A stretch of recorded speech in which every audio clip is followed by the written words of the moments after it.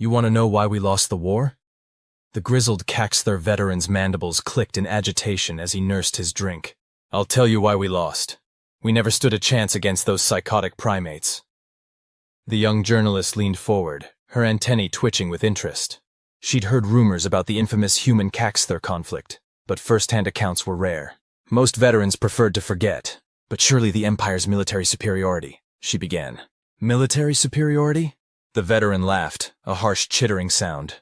Let me explain something about humans and warfare. You think you understand violence? You think you understand combat? You don't know shit. He took another long drink, compound eyes reflecting the dim light of the space station bar. Here's what you need to understand about humans. They turned warfare into an art form long before they ever left their gravity well. While we were perfecting plasma weapons and energy shields, you know what they were doing? They were finding increasingly creative ways to kill each other with pieces of sharpened metal and refined explosives. But that's so primitive, the journalist protested. Primitive. He slammed his drink down. Let me tell you about primitive. During our first engagement with human forces, we deployed state-of-the-art battle formations, perfect geometric patterns optimized by our finest military AIs. You know what they did? They looked at our perfect formations and laughed. Then they started throwing rocks at us. Rocks? Not just any rocks. Tungsten rods dropped from orbit. Do you have any idea what happens when you drop a telephone pole-sized chunk of metal from space? They called it rods from God. Pure kinetic energy. No radiation, no fancy energy signatures to detect. Just death from above. The journalist's antennae drooped. But surely our superior numbers... Numbers! Another harsh laugh. Oh, that's the best part. We thought the same thing. We had them outnumbered 10-1. But you know what humans are really good at? Fighting outnumbered. They've got this whole mythology built around it. Thermopylae, Agincourt, Rorke's Drift. They love being outnumbered. They write songs about it, make movies about it. Their entire military history is just an endless highlight reel of smaller forces defeating larger ones through sheer audacity and creative problem-solving. He gestured to the bartender for another drink. You know what really terrifies me about humans? They've gamified warfare, turned it into a sport. While we were developing combat doctrines based on pure logic and efficiency, they were creating things called video games that simulated combat in increasingly complex ways. By the time we encountered them, their civilian population had spent more time thinking about tactical combat scenarios than our military strategists. But that's just simulation, the journalist argued. Surely actual combat is exactly what they've been preparing for their entire existence. Every human child grows up playing war games, capture the flag, paintball, laser tag. They turn combat into entertainment, and that's not even the scariest part. He leaned forward, voice dropping to a whisper. The scariest part is their creativity. We thought we understood warfare. We had it down to a science. Perfect formations, optimal weapon configurations, carefully calculated risk assessments. But humans? Humans look at a battlefield and see possibilities. What do you mean? During the Battle of Proxima Centauri, we had their fleet cornered. Superior numbers, superior positioning, superior firepower. By every tactical calculation, they were finished. You know what they did? They intentionally detonated their own antimatter reactor containment fields to create a massive electromagnetic pulse, fried their own systems along with ours. Then, while both fleets were dead in space, they launched boarding parties using primitive chemical rockets. He shuddered. Do you know what it's like to be in a state-of-the-art warship, surrounded by the most advanced technology in the galaxy, and watch humans in mechanical pressure suits cut through your hull with thermal lances, not plasma cutters, not energy beams, literally just really hot metal, and they were singing while they did it. Singing. Some ancient war song. Blood upon the risers, I think they called it. Something about parachutes failing. They have songs about their troops dying horribly, and they sing them to boost morale. What kind of species does that? The journalist's mandibles twitched nervously. But surely their technological limitations... See, that's where everyone gets it wrong. We thought their primitive technology was a weakness, but humans don't view technology the way we do. To them, technology is just another tool in the toolkit. They'll use plasma rifles alongside ballistic weapons, quantum computers alongside mechanical analog systems. Whatever works. Whatever gets the job done. He gestured expansively. You know what really drives the point home? Their language. They've got this saying, there's more than one way to skin a cat. First time I heard that, I had to ask for clarification. Turns out it's an idiom about problem solving. But think about that for a moment. They've got a common saying about multiple methods of removing an animal's hide. That's the kind of species we were dealing with. But we had better ships, better weapons, better ships. Let me tell you about human ships. While we were building elegant vessels with perfect symmetry and optimal energy distribution, humans were basically strapping engines to giant chunks of metal. Their ships weren't elegant. They were brutal, over-engineered monsters designed to take a beating and keep fighting. They didn't even bother with proper energy shielding on their smaller vessels, just slapped on layers and layers of armor and called it good enough. He took another drink. And their weapons? Sure, we had more advanced energy weapons. But you know what humans brought to the fight? Everything. Literally everything. Energy weapons, projectile weapons, kinetic kill vehicles, chemical weapons, biological weapons. If it could hurt someone, they'd weaponized it. They even weaponized information. Mimetic warfare. Psychological operations. They didn't just want to defeat us militarily. They wanted to break our will to fight. They studied our culture, our psychology, our social structures. Then they used that knowledge against us. Started spreading rumors, stories, urban legends. Created doubt, fear, uncertainty. By the end of the war, we had troops surrendering because they'd heard humans could smell fear and would give you a quicker death if you didn't resist. The journalist's antennae twitched rapidly. But that's ridiculous. Of course it was ridiculous. But that's the thing about humans and warfare. They don't care about ridiculous. They care about effective. If something works, they'll use it, no matter how strange or primitive it might seem. He drained his glass. But you want to know the real reason we lost? The absolute fundamental reason why humans are unbeatable in warfare? Why? Because they enjoy it. Not the killing, not the death. Well, some of them do. And those ones are terrifying. But the challenge, the problem solving, the strategy and tactics. They treat warfare like a game, like a puzzle to be solved. And they're really good at solving puzzles. He gestured to the bartender for another round. You know what they did after we surrendered? They invited our military leadership to something called a paintball tournament. Said it would be good for building post-war relations. So there we were, the highest-ranking survivors of our military, getting shot at with balls of colored dye by laughing humans who treated the whole thing like some kind of party game.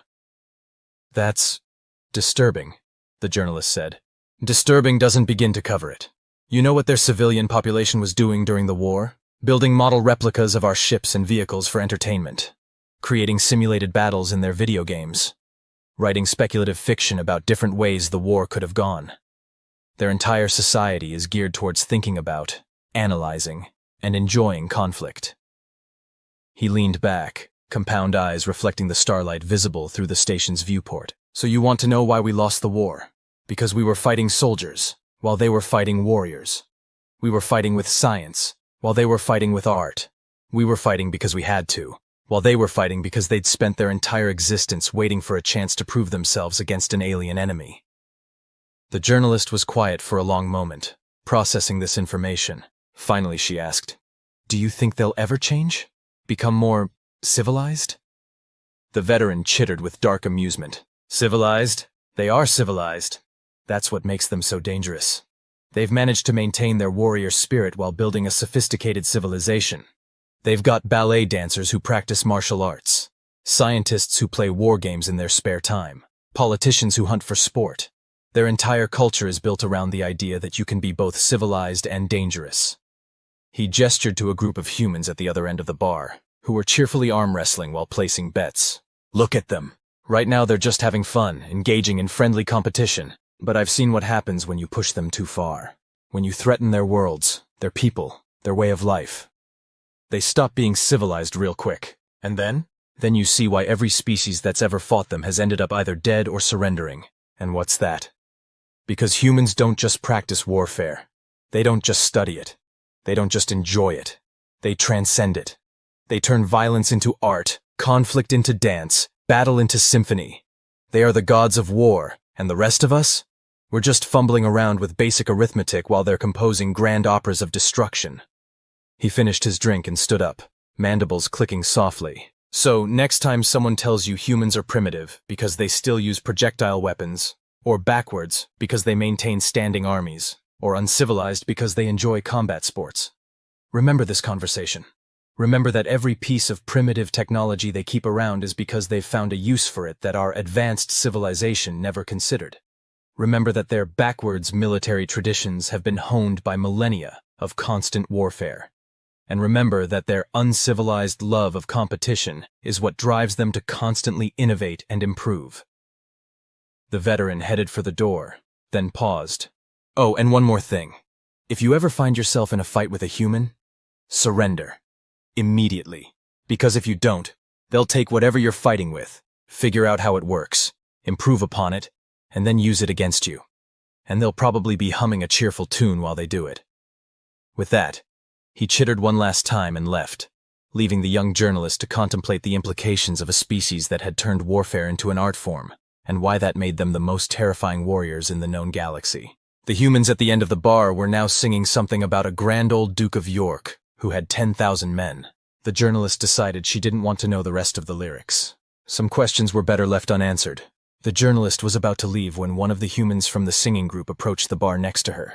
He was wearing what appeared to be a formal military uniform, though the abundance of colorful ribbons and medals seemed almost gaudy to her Caxthar sensibilities. "Couldn't help but overhear some of your conversation," he said casually, ordering something called a whiskey. "Your friend there got some things right, but he missed the best parts." Her professional curiosity got the better of her. "Best parts?" The human grinned, and she noted with mild alarm that humans showed teeth when expressing amusement, a gesture that would signal imminent violence in most civilized species. "Oh yeah, see, your veteran friend there? He only saw us during wartime. That's like watching the finale of a performance without seeing any of the rehearsals." He settled onto a bar stool, and the journalist found herself unconsciously leaning away from his casual confidence. "Did you fight in the war?" she asked. "Me? Nah, I was just a kid then. But I've studied it. We all have. It's required learning now. How not to start an interstellar war 101. He chuckled. Though honestly, it should be called How to End One Really Quickly if someone else starts it. He gestured to the stars visible through the viewport. "Look out there. You know what most species see? Resources, territory, strategic positions. You know what humans see? Every science fiction story we've ever written. Every space battle we've ever imagined, every heroic last stand and desperate gambit and clever strategy we've ever dreamed up." The human's expression grew serious. "But you want to know the real kicker? The thing that truly makes us dangerous?" "What's that?" "We don't actually want to fight. We prepare for war constantly, obsessively. But our greatest heroes are the ones who find ways to avoid it. We celebrate the commanders who win without fighting, the diplomats who prevent conflicts, the leaders who maintain peace." He finished his drink. "That's what makes us the gods of war. We understand it well enough to know when not to use it. Your veteran was right about us turning warfare into an art form, but he missed the most important part. Like any true artist, we know that our greatest works often come from choosing not to create at all." The human stood up, straightening his uniform. "That's why we're here now, drinking together in this bar instead of shooting at each other in space. Because as much as we excel at warfare, we're even better at figuring out ways to avoid it." He smiled again, and this time the journalist didn't flinch at the sight of teeth. "Just remember, the only thing humans love more than a good fight is a good reason not to have one." With that, he returned to his companions, who were now attempting to sing something about 99 bottles of beer on a wall. The journalist looked down at her notes, then up at the stars, and finally understood why humans were considered the gods of war. It wasn't because they were the best at fighting. It was because they were the best at understanding why not to. She had her story, but somehow she suspected it wasn't the one she had originally set out to write. Behind her, the humans started singing again. This time something about a buffalo soldier in the heart of America. She decided that some songs, like some species, were best appreciated from a safe distance, preferably from behind several layers of reinforced armor, just to be safe. As the journalist processed the human officer's words, she noticed something odd about the bar's atmosphere. The ambient noise had shifted. The singing had stopped. She turned to see what had caused the change, and found the human group staring at a news broadcast on the vid screen. "Breaking news. Pirates had attacked a civilian transport near the Carina Nebula. Not just any transport. a refugee ship carrying children from the war-torn Rigel sector. The change in the humans was immediate and dramatic. Gone were the smiles, the casual postures, the friendly banter. Their expressions had turned to stone, and the journalist felt a primitive shiver run down her thorax. This, she realized, was what the veteran had tried to warn her about. A new human approached her table, female this time, wearing civilian clothes but moving with an unmistakable military bearing. Without asking, she sat down. "You want to know why we're really the gods of war?" the woman asked, her voice quiet but intense. "Watch what happens next." "What do you mean?" "Those pirates? They just made the biggest mistake of their lives. They broke one of humanity's fundamental rules." "You have rules for warfare?" The woman's laugh was nothing like the earlier human's friendly chuckle. It reminded the journalist of the sound ice makes when it cracks. "We have rules for everything. Codes of conduct, laws of war, Geneva Conventions, rules of engagement. But some rules?" She nodded toward the screen. "Some rules are written in our DNA." The journalist watched as the humans in the bar began making calls, sending messages, coordinating with an efficiency that seemed at odds with their earlier revelry. "See, most species think we're dangerous because we're good at fighting," the woman continued. "But that's not it at all. We're dangerous because we have lines that shouldn't be crossed. And when someone crosses those lines..." She smiled, and the journalist suddenly understood why some species considered human smiles to be threat displays. "The veteran you spoke to. He saw us during a regular war. The officer? He knows our history, our preparation, our potential. But neither of them showed you what happens when humanity gets truly angry." On the screen, reports were coming in of multiple naval vessels changing course toward the Carina Nebula. Not just human ships, vessels from every major power in the sector. The journalist's antennae twitched in surprise. "How?" "Alliances," the woman explained. "Another thing we're good at. When humanity goes to war, we don't just bring weapons. We bring friends, allies, partners. Because we learned a long time ago that the strongest warrior isn't the one with the biggest guns.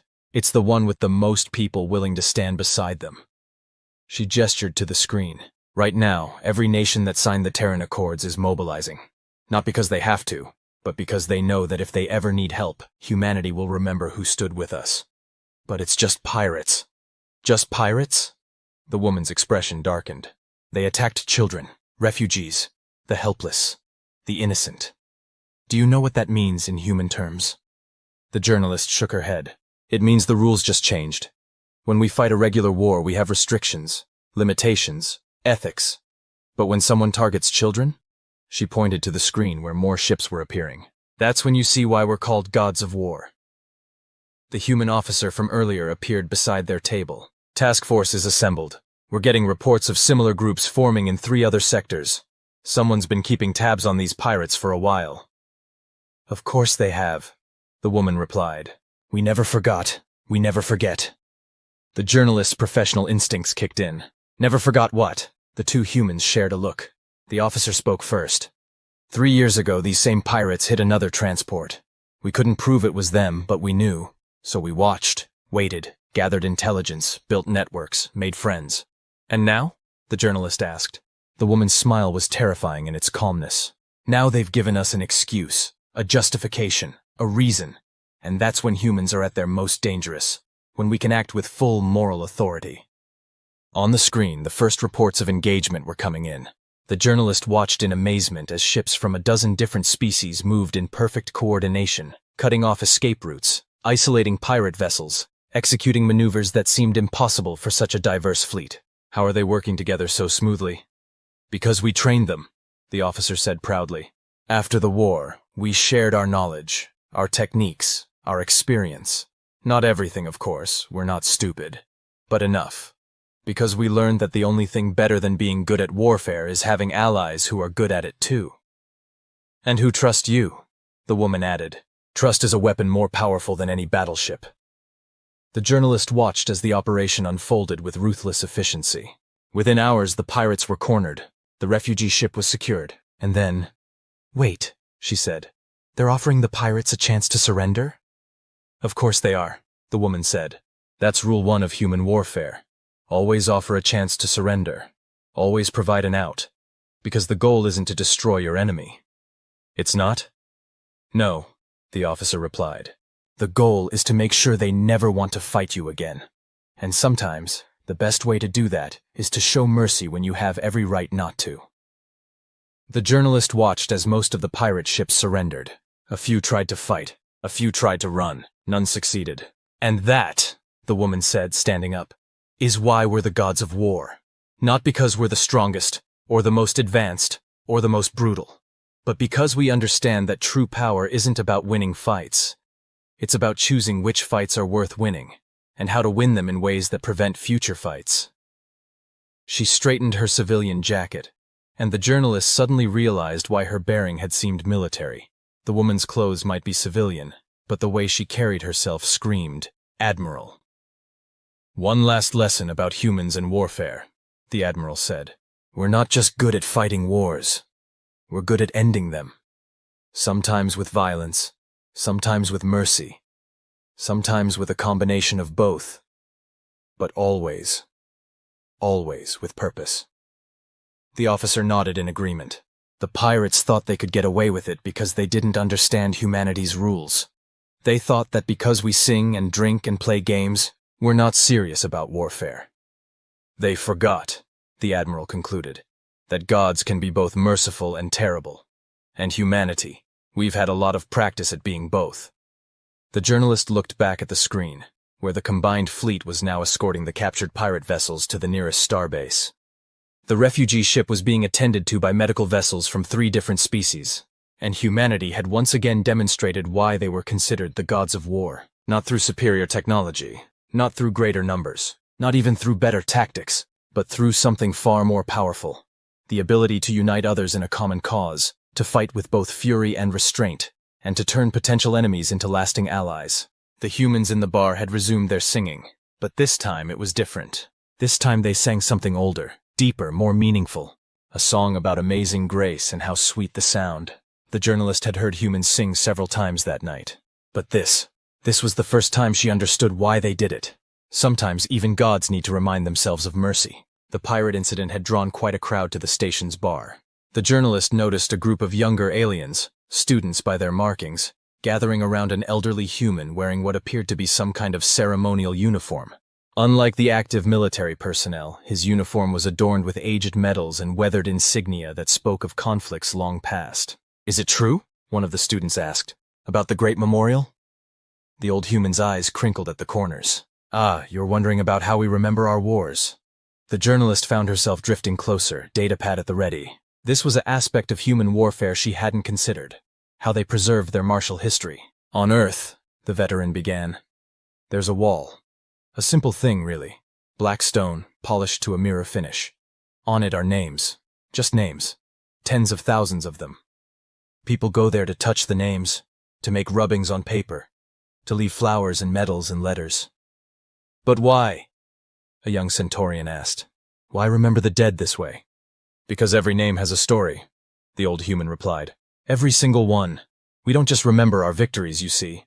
We remember our losses, our sacrifices, our mistakes. That's another thing that makes us different." The Admiral from earlier appeared, silently taking a seat nearby. The old veteran nodded to her in acknowledgement before continuing.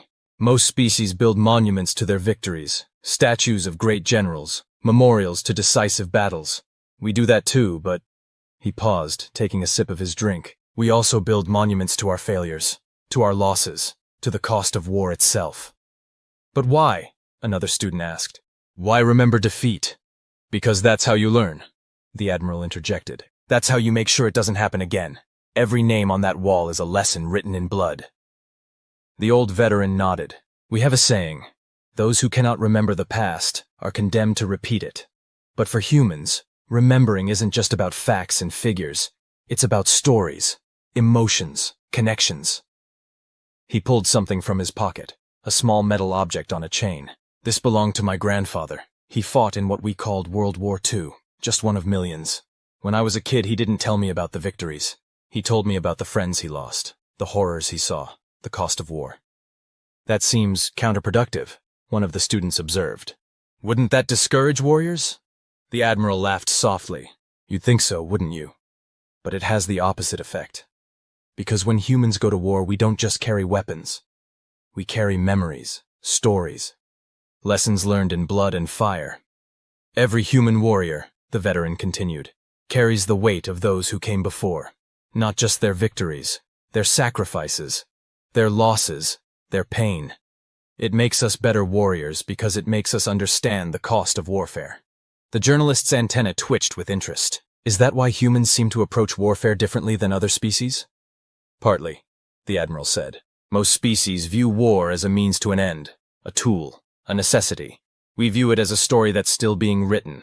Every battle, every conflict, every war, they're all chapters in a book that began when the first human picked up a rock to defend their tribe.